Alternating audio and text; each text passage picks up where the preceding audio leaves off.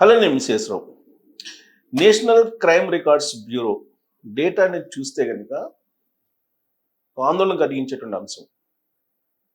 ఎందుకంటే ఆత్మహత్యల సంఖ్య గత ఏడాది కంటే ఈ సంవత్సరం 2% పెరిగింది. ఈ పెరుగుదలకు కారణం సాఫ్ట్వేర్ ఉద్యోగులు ఎక్కువ మంది ఆత్మహత్యలు చేసుకుంటున్నారు అనేది పోలీసులు అంచనా వేస్తున్నారు, అభిప్రాయపడుతున్నారు. ఆ డేటా కూడా నేను చెప్తాను.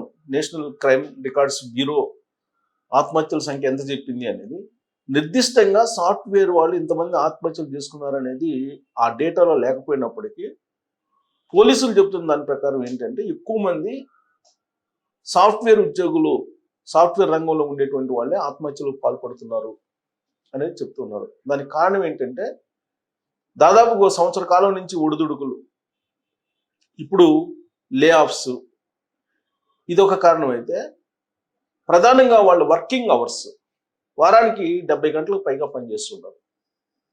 అది చాలదు అన్నట్టు ఇన్ఫోసిస్ నారాయణమూర్తి గారు లాంటి వాళ్ళు, లేదంటే ఎల్ఎన్టీ అధిపతి, ఇలాంటి వాళ్ళందరూ చెప్తుంది ఏంటంటే ఈ పని గంటల్ని 80 గంటలు పెంచాలి, 80 గంటలు పెంచాలి వారానికి అనేటువంటి డిమాండ్ చేస్తూ ఉన్నారు వాళ్ళు. ఇప్పటికే పని ఒత్తిడిని తట్టుకోలేకపోతున్నారు. అర్ధరాత్రి అపరాత్రి అని లేకుండా రాత్రింబౌళ్ళు వాళ్ళు సిస్టమ్ ముందు కూర్చొని పనిచేయాల్సి వస్తుంది. మీరు అబ్జర్వ్ చేస్తే కంప్యూటర్ ముందు మీరు కనుక ఒక గంట కూర్చుంటే ఇమీడియట్గా అలసిపోతారు మీరు. ఎందుకంటే జ్ఞానేంద్రియనం నయనం ప్రధానం అని అంటారు. అంటే మన కళ్ళు మొత్తం శరీరానికి చాలా ఇంపార్టెంట్. మన బాడీలో ఉన్న అవయవాలన్నిటి వల్ల కళ్ళు చాలా ప్రధానమైనవి అంటారు. అవి అలసిపోతాయి. అవి అలసిపోయినప్పుడు టోటల్ బాడీ కూడా స్ట్రెస్కి గురవుతుంది, అలసట వస్తుంది. దాంతో వాళ్ళు మనుషులు ఉన్నప్పటికి కూడా నిస్సత్తువుగా ఉంటూ ఉంటారు ఎక్కువ మంది. అందుకే ఈ మధ్యకాలంలో డాక్టర్స్ దగ్గరికి వచ్చేటువంటి పేషెంట్స్ కూడా ఎక్కువ సాఫ్ట్వేర్ రిలేటెడే ఉన్నారు. ఆ రికార్డు కూడా, ఆరోగ్య సూచి కూడా చెప్తా ఉంది. సో ఒత్తిడికి గురి కావటం, ఆ ఒత్తిడి నుంచి డిప్రెషన్లోకి వెళ్ళిపోవటం, ఆ తర్వాత సూసైడ్ టెండెన్సీ రావటం, సూసైడ్ చేసుకుంటాం, ఇది జరుగుతుంది అనేది ఇప్పుడు నేషనల్ క్రైమ్ రికార్డ్స్ బ్యూరోలో నమోదవుతున్నటువంటి ఆత్మహత్యల సంఖ్య బేరీజ్ వేసుకుంటే ఒపీనియన్కి వస్తున్నారు పోలీసులు. పైగా వాళ్ళు ఫ్యామిలీ లైఫ్కి టైం ఇవ్వలేకపోతున్నారు. వాళ్ళు పనిచేసేటువంటి దాంట్లో అలసిపోతున్నారు. శారీరకంగా వాళ్ళు శ్రమ చేసేటువంటి అవకాశం లేకుండా అయింది. అట్లీస్ట్ వాళ్ళు మినిమం ఎక్సర్సైజ్ చేసుకునేటువంటి టైం కూడా లేకుండా అయింది వాళ్ళకి. వాళ్ళు చాలామంది ఉపకాయులుగా ఉంటున్నారు ఎక్కువ మంది ఒకే చోట కూర్చొని పనిచేయడం కారణంగా. డాక్టర్లు చెప్తున్న దాని ప్రకారం అసలు 2 hours కంటిన్యూగా కూర్చోకూడదట. ప్రతి గంటకి కొంచెం రిలాక్స్ కావాలి అనేది డాక్టర్లు చెప్తూ ఉంటారు. కానీ వాళ్ళు 8 hours కంటిన్యూగా పనిచేస్తారు కూర్చొని. మధ్యలో ఒకవేళ 1-2 సార్లు రెస్ట్ తీసుకున్నప్పటికి కూడా.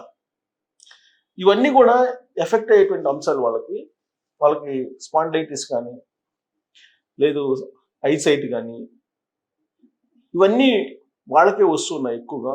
స్పాండిలైటిస్ అయితే 80% సాఫ్ట్వేర్ రంగంలో ఉండేటువంటి వాళ్ళకే వస్తున్నాయంట. వెన్నుముక నొప్పులు, ఇవన్నీ కూడా.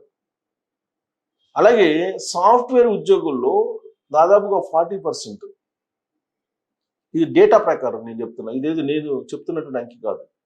రీసెంట్గా వచ్చినటువంటి ఆరోగ్య శాఖ చేసినటువంటి సర్వే, కేంద్ర ఆరోగ్య శాఖ చేసిన సర్వే ప్రకారం 3 నెలలకు ఒకసారి సెక్స్లో పాల్గొంటున్నారు.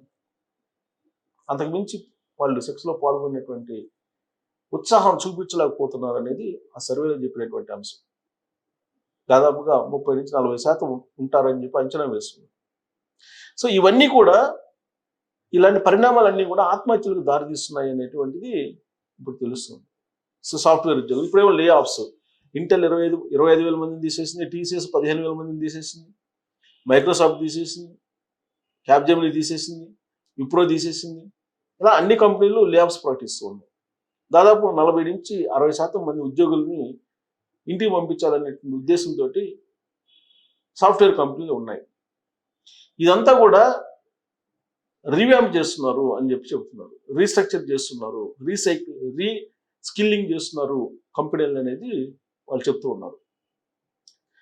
అది కూడా mid level, above mid level. వీళ్ళు ఏం చేస్తుంటారంటే మిడ్ లెవెల్ వాళ్ళు, అబోవ్ మిడ్ లెవెల్ వాళ్ళు ఈ అపార్ట్మెంట్స్ కాస్ట్లీ కొనుక్కోవడం, లేదంటే లగ్జరీ కారు కొనుక్కోవడం, ఇలాంటివన్నీ ఈఎంఐలు ఉంటాయి. రకరకాల ఈఎంఐలు ఉంటాయి. ఆర్థికపరమైనటువంటి స్ట్రెస్ బాగా ఎక్కువ అవుతుంది. Mid level, above mid level వాళ్ళు హైదరాబాద్ లాంటి సిటీస్లో హై అండ్ లైఫ్ని ఎంజాయ్ చేస్తూ ఉంటారు. ఇప్పుడు వాళ్ళ జాబ్స్ పోయి రోడ్డును పడేటువంటి పరిస్థితి. దాని కారణంగా ఆత్మహత్యలకి దారితీస్తూ ఉన్నాయి. ఆర్థిక సమస్యలు ప్రారంభమైనప్పుడు ఇంట్లో గొడవలు స్టార్ట్ కావటం, ఆ తర్వాత డిప్రెషన్కి వెళ్ళటం, ఇవన్నీ సహజంగా జరుగుతుంటాయి.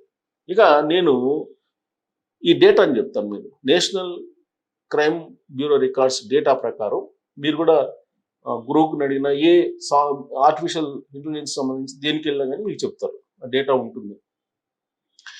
2025 ఈ సంవత్సరంలో ఆత్మహత్యల సంఖ్య 1,80,000 నుంచి 1,90,000 మందికి ఉండొచ్చు అని చెప్పి చెబుతున్నారు భారతదేశ వ్యాప్తంగా.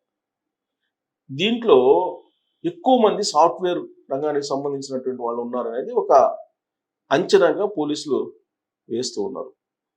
ఇక మనం గత డేటా చూసినట్టయితే కనుక, నేను బ్రోక్ని అడిగాను, గత డేటా చూద్దాం. గత డేటా చూసినట్టయితే కనుక 2022లో భారతదేశం మొత్తం మీద 1,70,924 మంది ఆత్మహత్యలు చేసుకున్నారు.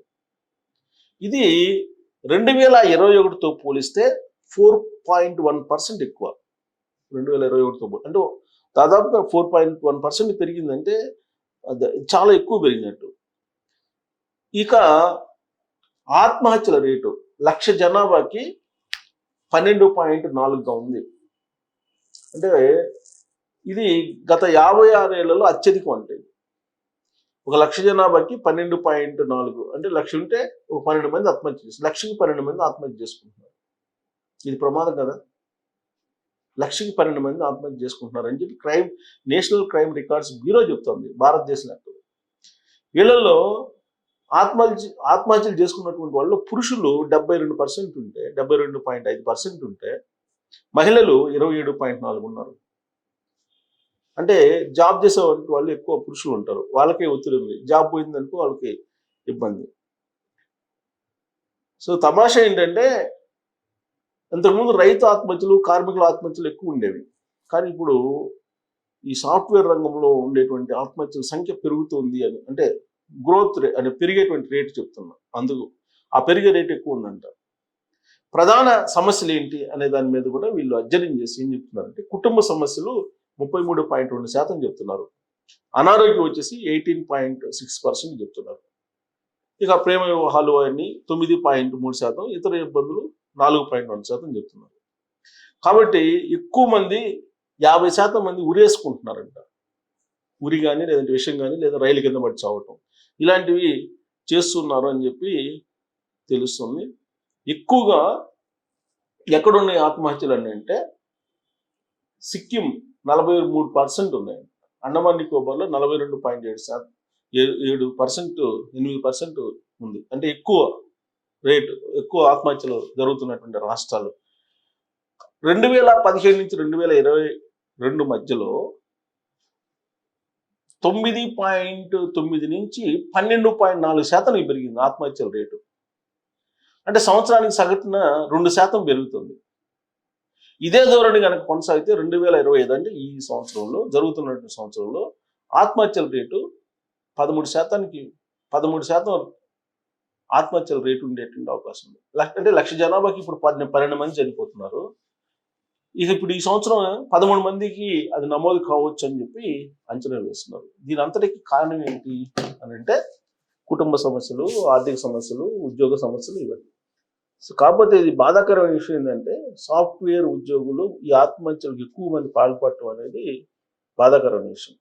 లే ఆఫ్స్ ఉండటం, దాని కారణంగా ఆర్థిక సమస్యలు రావటం, ఆర్థిక సమస్యలు రావడంతో కుటుంబ సమస్యలు రావటం, వాటిని తట్టుకోలేక ఆత్మహత్యలు చేసుకోవడం ఇవన్నీ జరుగుతూ ఉన్నాయి. డాక్టర్లు కూడా అదే చెప్తున్నారు. ఈ మధ్యకాలంలో హాస్పిటల్స్ వస్తున్నటువంటి వాళ్ళ ఎక్కువ మంది సాఫ్ట్వేర్ ఉద్యోగులే ఉన్నారు అనేది. దీనికి యాక్చువల్గా కోనంనేని సాంబశివరావు గారని కమ్యూనిస్టు పార్టీకి సంబంధించిన ఎమ్మెల్యే తెలంగాణ అసెంబ్లీలో కూడా ఇదే అంశాన్ని ప్రస్తావించారు.